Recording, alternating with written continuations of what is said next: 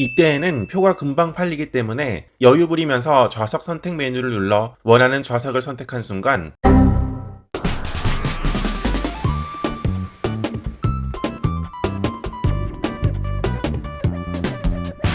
여름 휴가철이 다가와 부쩍 기차 이용객이 많아졌습니다. 휴가철이 아니어도 특정 시간, 특정 요일은 기차표 예매가 힘든 경우가 많습니다. 내가 타려는 기차표가 매진되었을 때 어떻게 하면 기차표를 구입할 수 있을지 시기별로 살펴보도록 하겠습니다.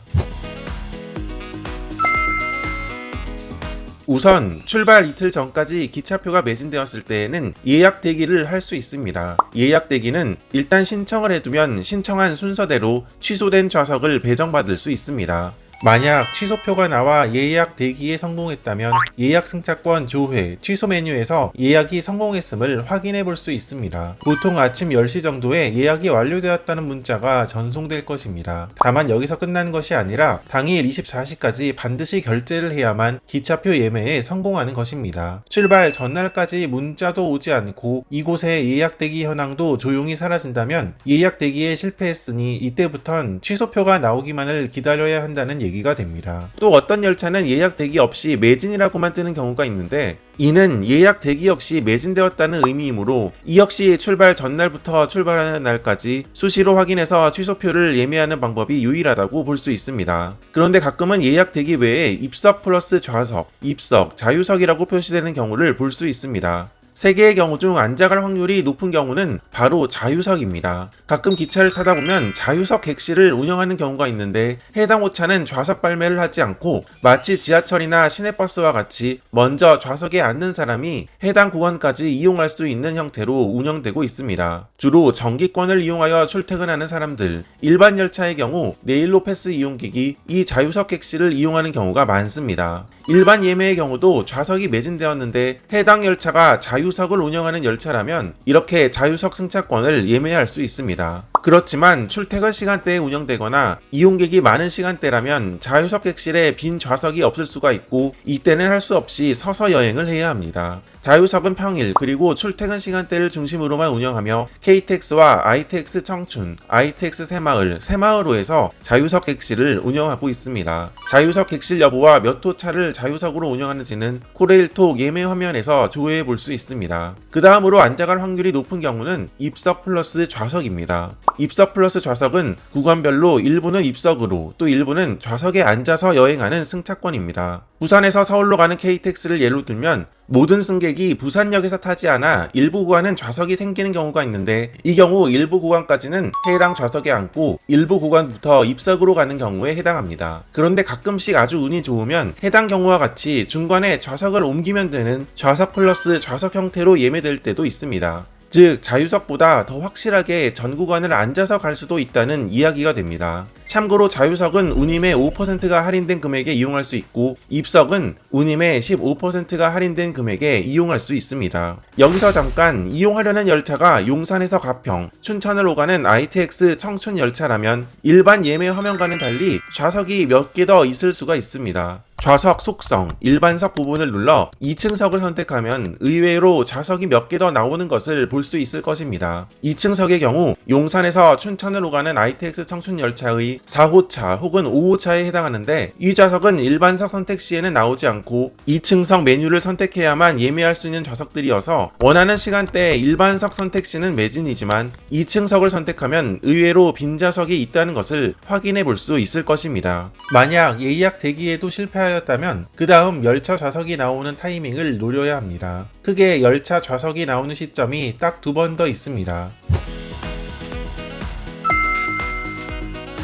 첫 번째 시점은 열차 출발 24시간 전으로 예를 들어 토요일 오전 11시에 출발하는 KTX라면 금요일 오전 11시 시점에 일부 좌석이 나올 수 있습니다. 바로 4인 동반석으로 평소에는 낱개의 좌석으로 예매를 할 수 없고 4개의 좌석을 한 세트로만 판매하는 좌석입니다. 그러다가 팔리지 않은 이 4인 동반석이 낱장으로 풀리는 시점이 있는데 바로 열차 출발 24시간 전입니다. 따라서 이 시점에 열차 조회를 하면 비록 맞은편에 낯선 사람과 마주보고 여행을 해야 한다는 단점은 있지만 일단 좌석 구하기 힘든 날 좌석을 구해서 기차를 탈 수는 있습니다.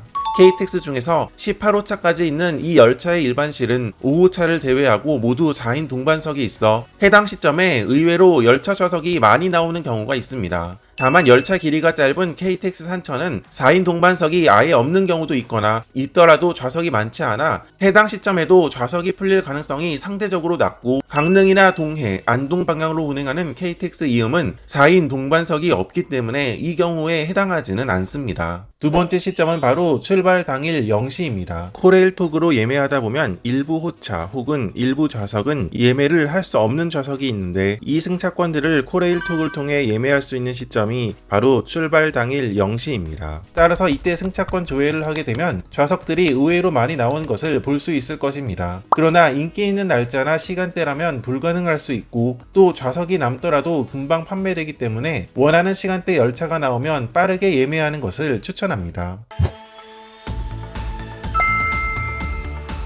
이렇게 이 시기까지도 좌석을 구하지 못했다면 이제 남은 방법은 누군가가 열차표를 취소하였을 때 재빨리 예매를 하는 방법일 것입니다. 열차 출발 전까지 취소표가 나오는 사례로는 여러 가지가 있을 것입니다. 기차를 탈 시간을 정확하게 몰라서 아예 여러 시간대에 기차를 예매하였다가 취소하는 경우도 있고 혹은 급하게 여행 일정 변경이나 기차를 타지 못하게 되는 상황이 발생하여 열차를 취소하는 경우 예매한 좌석보다 좋은 좌석을 구매하게 되어 기존 좌석을 취소하는 경우 등이 있습니다. 취소표가 나오는 빈도수와 이 기차표가 다시 팔리는 시간은 반비례합니다. 또 평일보다는 금요일이나 주말에 취소표가 빨리 팔리고 가장 취소표가 순식간에 사라지는 시기는 당연히 명절 연휴입니다. 열차 출발 시간이 임박할수록 취소표가 다시 팔리는 시간이 짧아지기 때문에 열차 출발 시간 임박해서 취소표를 구매할 경우에는 아주 재빠르게 기차표를 구매하는 스피드가 중요합니다. 일단 예매 시 나오는 팝업 알림은 최대한 안 나오게 만들고 열차 조회하기를 눌러서 좌석이 없으면 뒤로 가기, 또 열차 조회하기를 반복적으로 눌러 원하는 좌석이 나오면 재빨리 예매하는 것입니다. 보통 기차표 예매를 할 때에는 바로 예매를 하기보단 좌석 선택 메뉴를 눌러 선호하는 좌석을 고르는 경우가 많습니다. 그러나 출발 시간이 임박한 상태에서는 표가 금방 팔리기 때문에 여유를 부리면서 좌석 선택 메뉴를 눌러 원하는 좌석을 선택한 순간 이미 기차표가 팔리는 경우를 자주 보게 될 것입니다.